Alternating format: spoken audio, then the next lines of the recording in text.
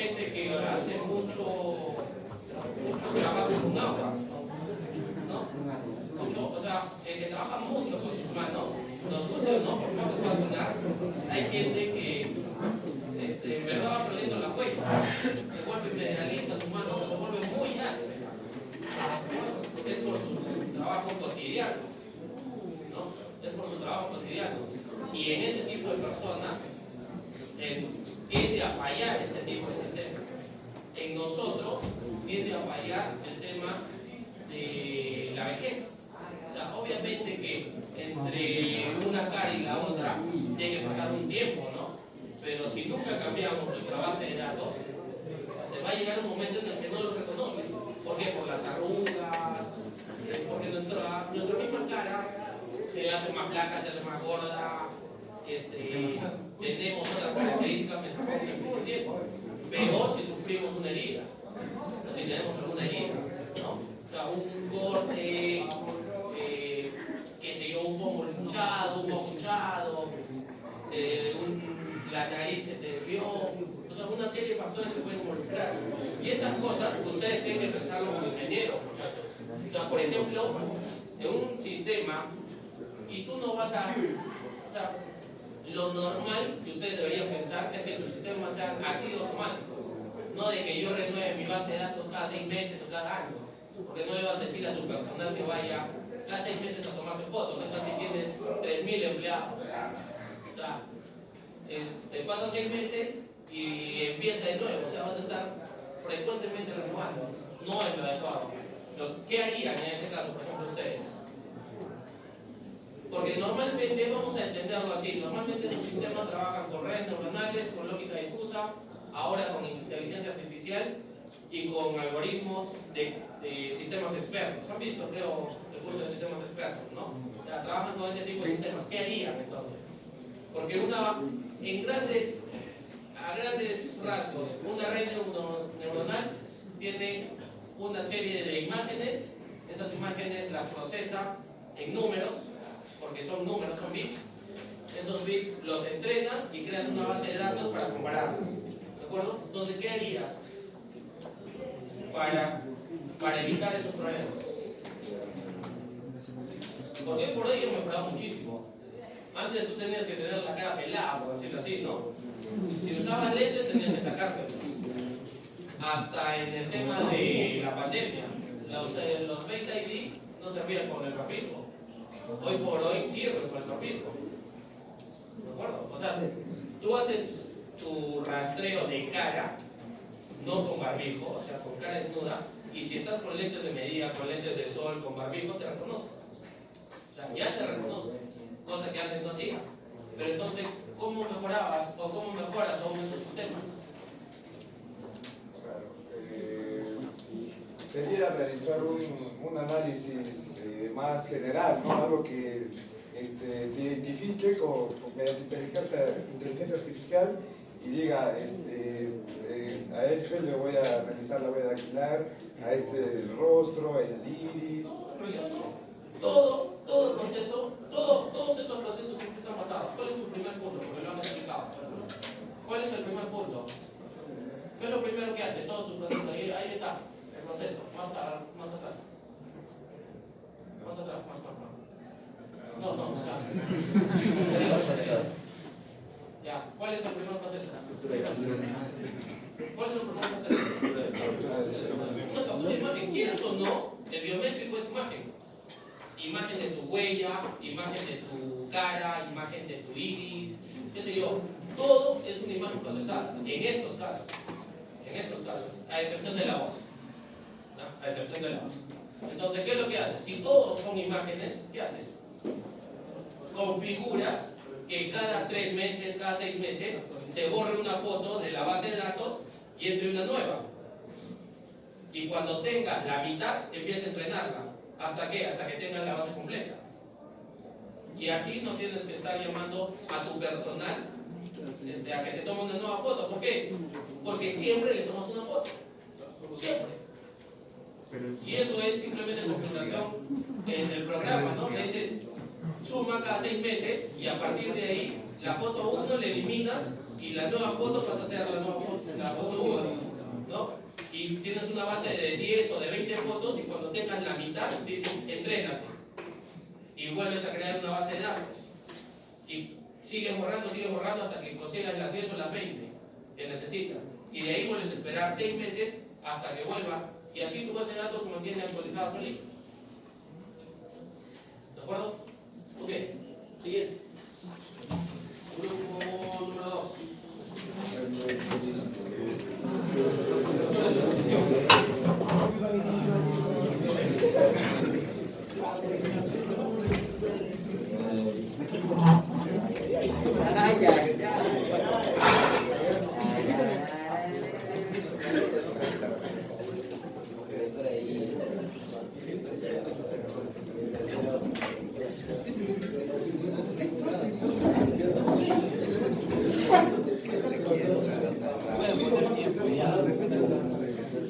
Sí. Es una señal.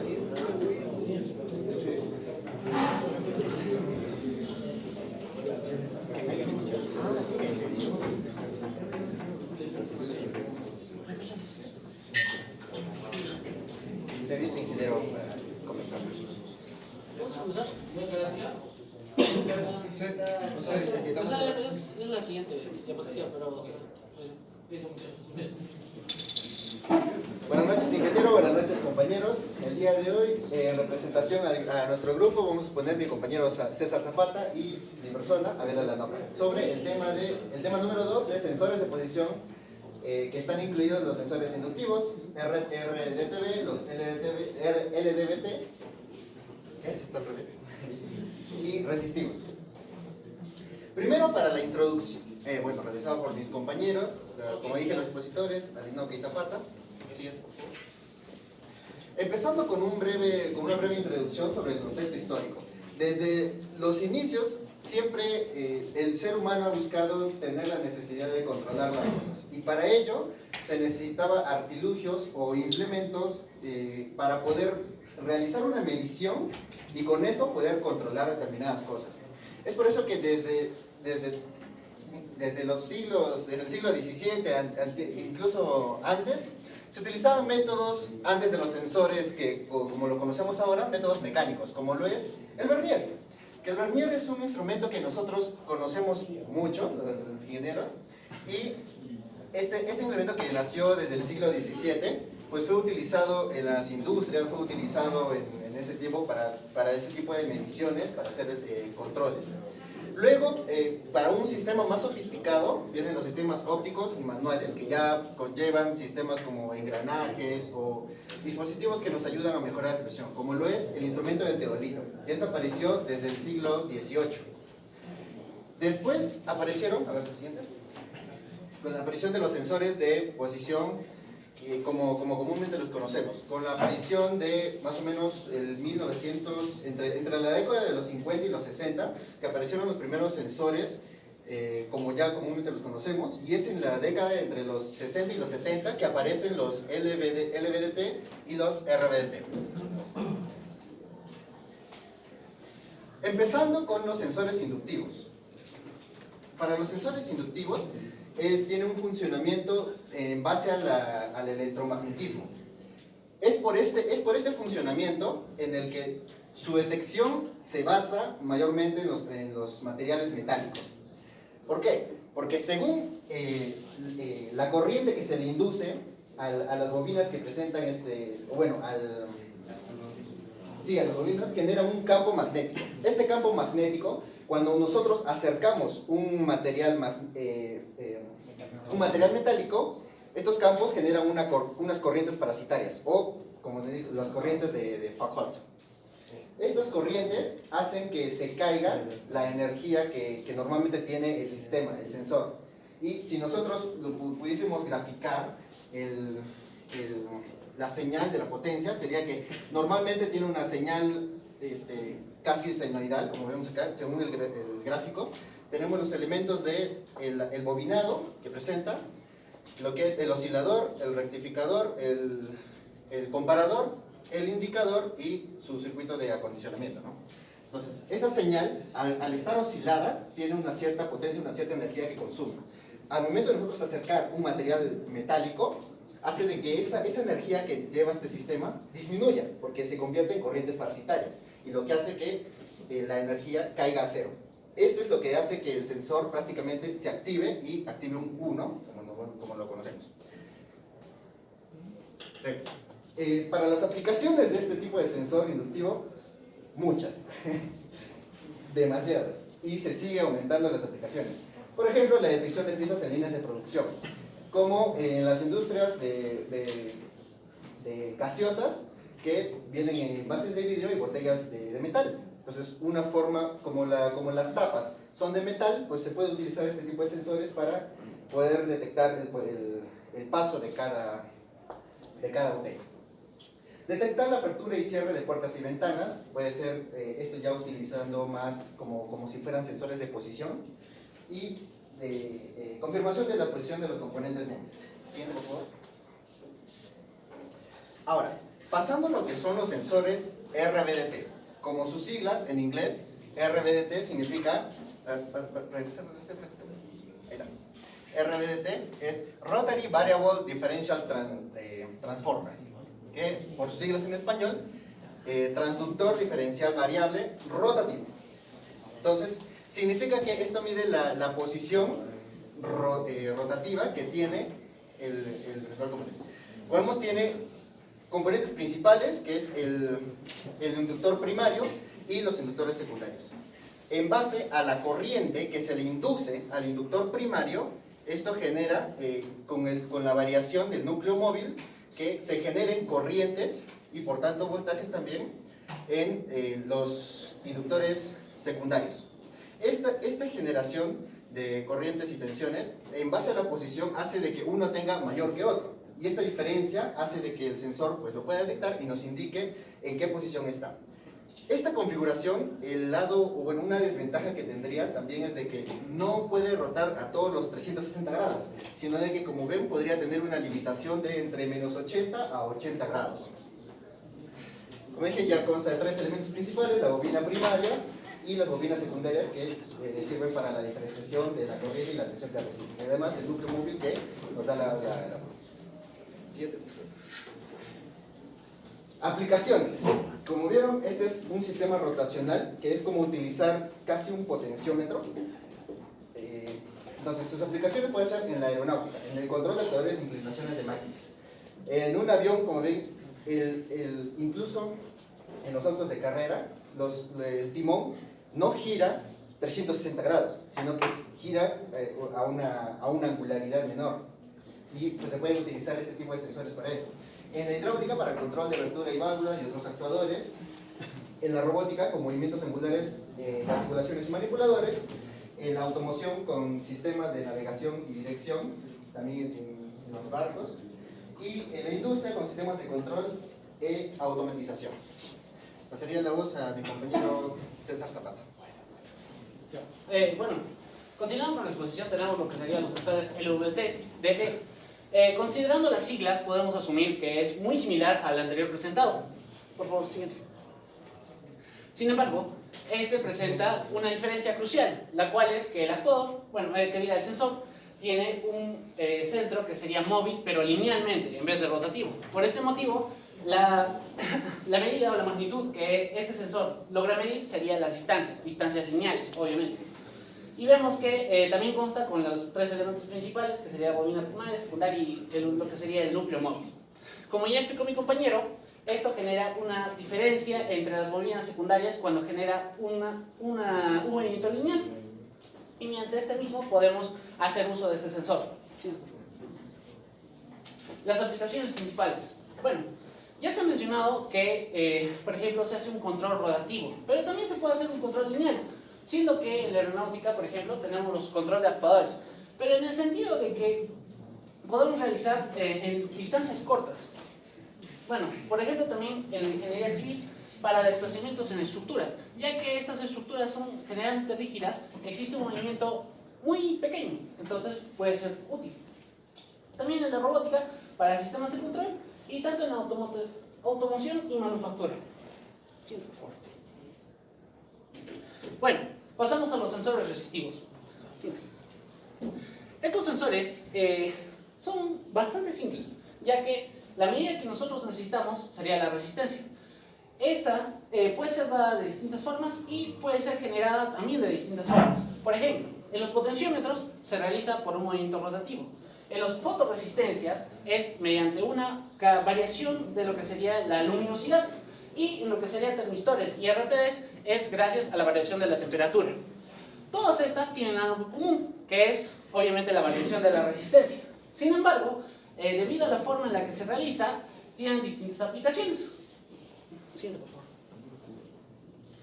Entre ellas tenemos el control de volumen, que sería por las ganancias, el control de iluminación y los sensores de luz, además de lo que sería el control de temperatura, gracias a los RTDs, y los termómetros electrónicos. Bueno, ahora pasamos a la calibración y mantenimiento. Es necesario mantener una calibración y un mantenimiento constante en estos dispositivos. Sin embargo, varía dependiendo de la magnitud que se quiera medir y también de la forma en que realiza esta variación. Por eso necesitamos tener en cuenta por qué es necesario. Sería por la precisión, consistencia y seguridad. Partes cruciales que determinan un buen funcionamiento de un sensor. Sin embargo, existen lo que serían los tipos, la calibración inicial, periódica y de campo. Entre ellas destaca la de campo. ¿Por qué? Porque en general se realiza cuando el sensor no ha sido retirado de donde está ubicado o donde está operando. Sin embargo, se realiza una calibración dependiendo de las circunstancias o del medio ambiente en el que se encuentren, ya que pueden generar variaciones. Siguiente, por favor. Ahora, tendencias futuras. Es necesario conocer las nuevas tecnologías o las nuevas formas de aplicar estos sensores, ya que, como menciona mi compañero, estos se llevan aplicando ya durante siglos. Por ejemplo, tenemos la primera, miniaturización y diseño compacto.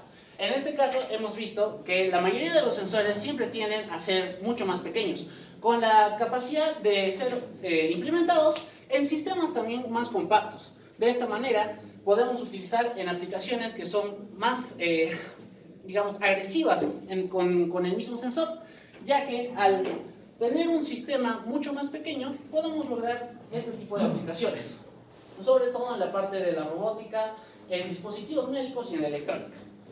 La integración de tecnología inalámbrica. Hoy en día no es ningún tipo de sorpresa que los distintos sensores sean ya de manera que tengan la transmisión de datos de manera remota. Y esto también está relacionado tanto con la inteligencia y los sensores inteligentes y la comunicación avanzada, ya que es necesario poder estandarizar la transmisión de datos de estos mismos sensores con la finalidad de tener una comunicación con dispositivos mucho más grandes. ¿Siguiente, por favor? Bueno, eso sería todo. Gracias.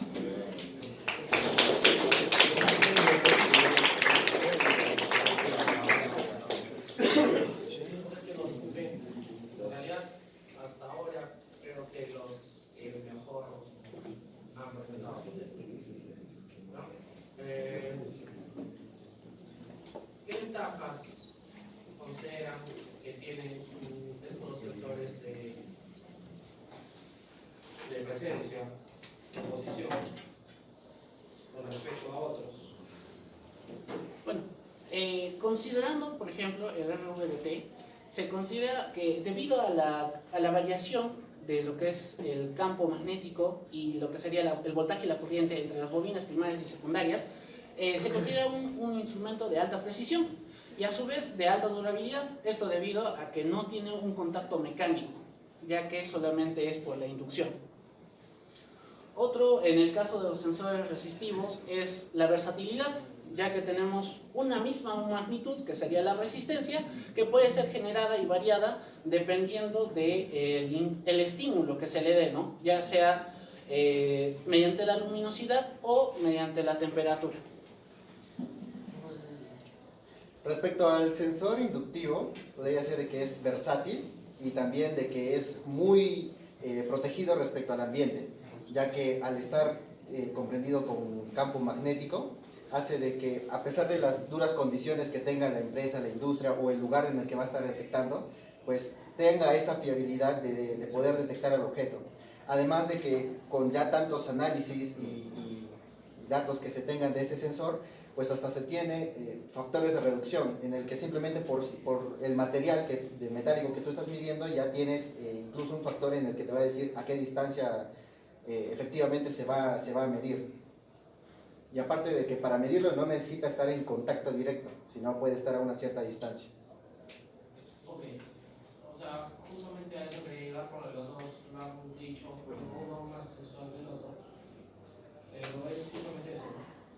Que yo pueda identificar algo sin tocarlo es un plus.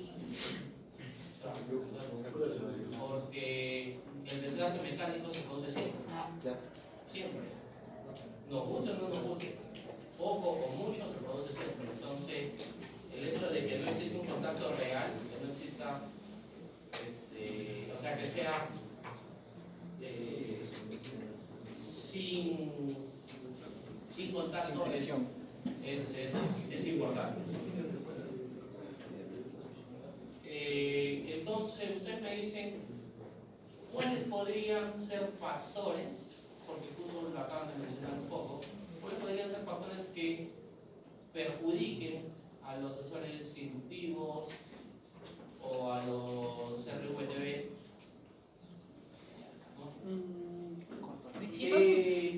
¿Qué condiciones podrían afectar a este tipo de sensores, ¿no? Bueno, en este caso, como hemos visto a lo largo de las prácticas, muchas veces afecta lo que sería la dirección y la inclinación en la que se pone el sensor, ¿no? Y a su vez, en el caso de lo que serían los fotoeléctricos, puede ser la interferencia del medio ambiente con respecto a las condiciones climáticas, ¿no? Porque muchas veces se necesita, digamos, valores fijos, ¿no?, de luminosidad para poder llegar a una condición óptima de operación. Sin embargo, por ejemplo, en el caso de los sensores inductivos, también puede ser afectado por la temperatura. Pese a que es robusto, si no está operando en los valores nominales, puede llegar a tener una variación ligera en lo que serían los valores que emite, ¿no?, como sensor. Retomando lo de los sensores inductivos, ingeniero, bueno, aumentar de que también puede afectar la medición el hecho de que el sensor esté actuando en un entorno en el que ya de por sí se tenga un campo magnético más grande. Entonces eso afecta al sensor. Claro que si el campo magnético o si el material metálico está rodeando, o sea, el sensor está enresado, pues eso ya tiene un sistema de protección que eso ya se elige de acuerdo al sensor de dónde va a estar ubicado. Entonces, respecto a ese problema no habría mucho, pero sí el campo magnético. Perfecto, muchachos, justo a eso quería llegar, ¿no? Pero si estos trabajan con campos electromagnéticos, es evidente que un campo electromagnético cercano podría darme señales falsas. Y como bien dice su compañero, temas ambientales como la temperatura es bastante. Si se han dado, o sea, si se acuerdan lo poco que pudimos hacer en potencia, deducimos de dónde salían los 36 milivoltios, ¿no? Porque son las características de los materiales a temperaturas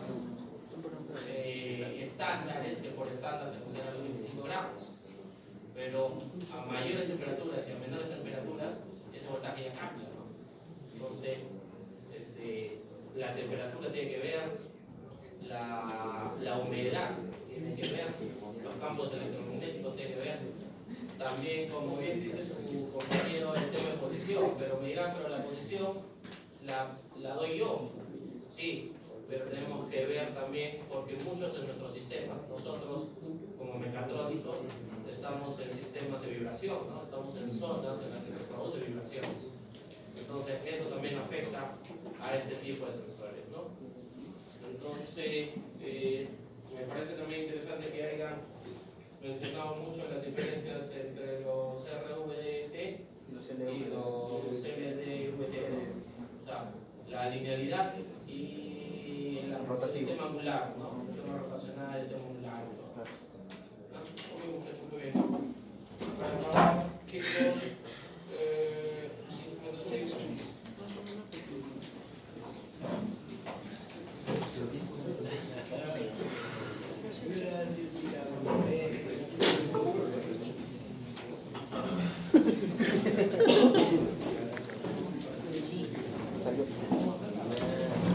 Lo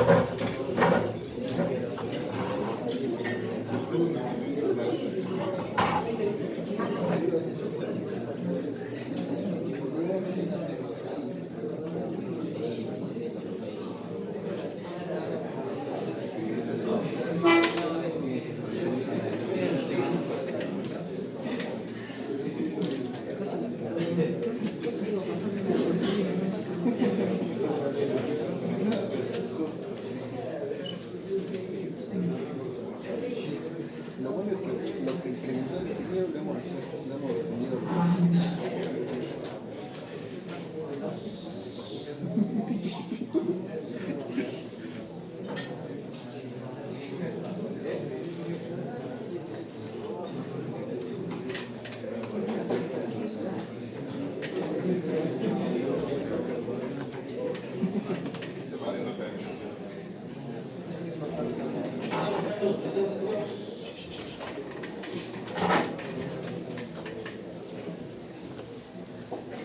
Buenas noches, ingeniero. Buenas noches, compañeros. Hoy día vamos a hablar de la instrumentación virtual. Bueno, al final están los integrantes, pero somos Sala Rivera. Ok, en la introducción, ¿qué es la...? Bueno, hablando de la instrumentación virtual, tenemos que tener en cuenta que esta es una tecnología innovadora que ha aparecido en, bueno, no en los últimos años, pero en estas épocas. Esta se encarga de transformar, ha transformado, mejor dicho, la manera en la que se realizan las mediciones tradicionales. Además, esta también tiene algunas ventajas que vamos a mostrar más adelante. En antecedentes, primero nos vamos a la década de 1960-1970, en donde vamos a encontrar todo lo que son las instrumentaciones tradicionales. En esta época estaban en apogeo y se encargaban tanto del campo de la medición como el control. También estos instrumentos eran específicos y se encargaban de tareas simples. Esto hacía que se limitara tanto su flexibilidad y, bueno, de alguna manera los costos eran un poco altos. En la década de los 80, con el desarrollo de las microcomputadoras y las tarjetas de adquisición de datos, surgieron las primeras aplicaciones que permitirían dar un paso a todo lo que es la instrumentación virtual. Ya en la década de los 90 se implementó un software que va a ser el LabVIEW, que va a ser más conocido para toda esta instrumentación, que es un software más que todo que es gráfico y se trabaja por diagrama de bloques. Y para el siglo XXI, ya con la tecnología evolucionada y la popularización del Internet de las cosas como el Wi-Fi y el Bluetooth, es donde ya empieza a verse todo esto de la instrumentación virtual. Entonces, ¿qué es la instrumentación virtual? Como ya dije, esto es jala de todo lo que es la instrumentación tradicional. Sin embargo, el cambio es que utiliza softwares o programas en donde se va a simular instrumentos de manera virtual. Bueno, como tenemos acá los componentes que van a ser el hardware y el software, que en el hardware se incluyen dispositivos de adquisición de datos como son los sensores, transductores, y en el software tenemos, como ya mencioné, el LabVIEW, y también podría ser, como hemos visto, algunos SmartLab, el Simulink y hasta el mismo Proteus. Bueno, vamos a ver 5 estrategias base para el diseño de un sistema de instrumentación virtual. Lo primero que tenemos que hacer es identificar los tipos de señal que es la que queremos tratar de controlar o manejar. Ya que dependiendo de esto tendremos que ver qué tipo de control básicamente debemos hacer. Asimismo, para el método de acondicionamiento de señal, ya que esto suele tener un costo de adquisición un poco alto, entonces necesitamos no cometer errores para poder reducir el costo, ya que esto se usa en las industrias sobre todo. Igual con la elección de tarjeta de adquisición de datos, un cableado adecuado para poder tener una transmisión de señal confiable y que no tenga demasiada interferencia con respecto a otros tipos de adquisición. Y el software de programación. ya que hay varios tipos de software, como sabemos, LabVIEW, está MATLAB, y dependiendo de esto se va a tener que hacer una u otra capacitación al personal para que lo pueda utilizar de manera correcta. Asimismo, el software varía, ya que hay muchas, ¿cómo decirlo? Dependiendo del software que usemos, vamos a poder tener mayor maniobrabilidad en cuanto a la transmisión de la señal. Ahora, estos serían como que los requisitos para implementarlo. Primero debemos saber si es una total necesidad de implementación de este instrumento, ya que, como dije, el costo inicial suele ser un poco elevado. Entonces, si tenemos un instrumento, digamos, mecánico común, y no es necesario hacer el cambio o la mejora, en la mayoría de casos suele ser mejor mantener el sistema antiguo. Asimismo, vamos a necesitar un equipo interdisciplinario, ya que van a ser varias personas las que van a meter su conocimiento en este nuevo sistema, porque tiene que haber alguien que sea capaz de manipular el software, personal que sea capaz de manipular el hardware y asimismo el mismo sistema del cual vamos a sacar la información. Como ya dije, el entrenamiento del personal es muy necesario, porque son software nuevos que requieren en la mayoría de casos capacitación extra o incluso contratamiento del nuevo personal. Antes de la implementación final se debe hacer un proyecto piloto para comprobar que todo esté en orden, ya que al realizar el momento del cambio, si hay alguna falla, se va a tener que parar la planta o el sistema del cual estemos buscando. Y al final pasamos a la implementación, donde ya es la implementación actual para poder obtener los beneficios que buscamos del sistema. Las aplicaciones. Es muy utilizada en una gran cantidad de industrias, ya que es muy versátil y es muy fácil de manipular. La automatización de líneas de producción, monitorización de calidad, el control de procesos químicos, sistemas de pruebas y medición, así mismo como varios sistemas de actuadores y sensores que tienen su fuerte, digamos, y de validación y verificación del diseño. Bueno, ahora vamos a ver un cuadro donde tenemos el cara a cara de la instrumentación tradicional con la instrumentación virtual. En cuanto al hardware, para la instrumentación tradicional solo tenemos dispositivos específicos, por ejemplo un manómetro o un medidor de caudal que solo cumplen una sola función. En cambio, con la instrumentación virtual, al tener una combinación de ambos, podemos realizar las mediciones mucho más sencillas o mucho más fáciles, ya que podemos modificar el software para que pueda ser un nuevo conjunto de instrumentos. Eso viene junto con la flexibilidad, ya que el software es un gran adicional que tiene este sistema. El costo, si bien es cierto, el costo suele ser menor a la larga, el costo de adquisición suele ser bastante similar, se puede decir. Por eso, si ya se tiene un sistema tradicional, se tiene que evaluar muy bien si es que necesitamos hacer la mejora a un sistema virtual. La integración suele ser difícil en este caso es más fácil por todas las ventajas que provee. La actualización, por ejemplo, si en el sistema tradicional se malogra algo, en ambos casos se va a tener que realizar un reemplazo, pero es mucho más fácil en este, ya que podemos, la mayor ventaja sería la manipulación del software, entonces podemos no necesitar un cambio tan brusco de todo el sistema. Tiene una personalización limitada y tiene una más alta por el software sobre todo. El uso de recursos, por lo general se requiere menor espacio, ya que como hemos visto hay sensores mucho más precisos y mucho más pequeños cada día, pero por lo general son digitales, entonces es mucho más fácil utilizarlos en este modo. La capacidad de análisis, por ejemplo aquí tendríamos que estar leyendo de una manera más física, aquí podemos tenerlo desde cualquier punto con la accesibilidad y las aplicaciones. Aquí, como podemos ver, acá menciona la educación y la automatización, que serían formas más fáciles, así como ahora, ¿no? Nosotros podemos aprender utilizando simuladores o diferentes instrumentos que son parte de la instrumentación virtual. Aquí tenemos los ejemplos que mencioné. Ya vamos a pasar a las conclusiones.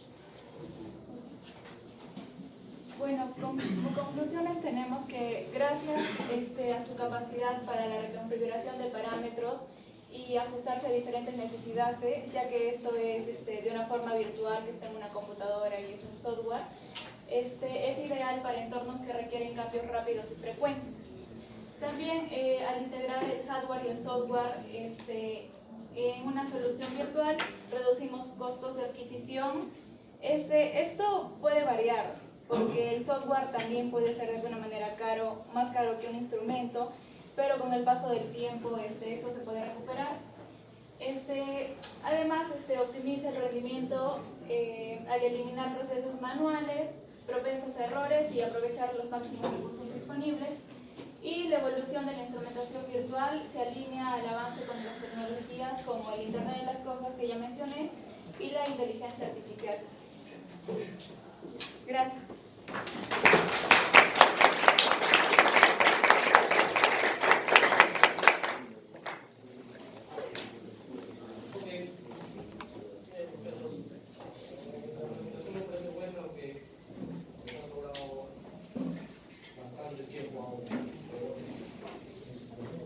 No sé, chicos, dudas, preguntas.